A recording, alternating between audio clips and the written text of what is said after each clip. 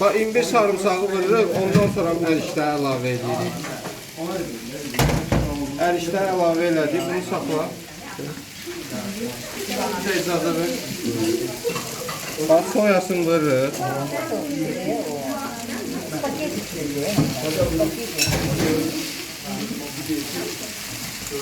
Ardından mamaşita əlavə edirik. Mamaçıdan da vurdu. Bəli, bəli, bəli. O birisi sos çəki kimi də müəllim. Çili də vurur. 2 xörək qaşığı civarında hardasa gedir. Baş çili də əlavə edirik. Qarışdır yanmasın.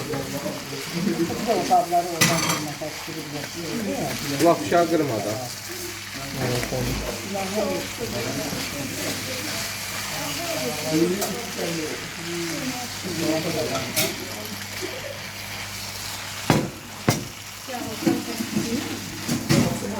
Müəllim, belə nə qədər qalacaq? Çox saxlamırıq. 15-20 saniyə, maksimum 30 saniyə. Bax, bunu dediyim kimi bu ilə qarışdırmaq lazımdır. Ancaq belə çevirmək. Yaydıq hamısını bir-birinə. Ondan sonra o birdən-birə olmur. O yavaş-yavaş olur.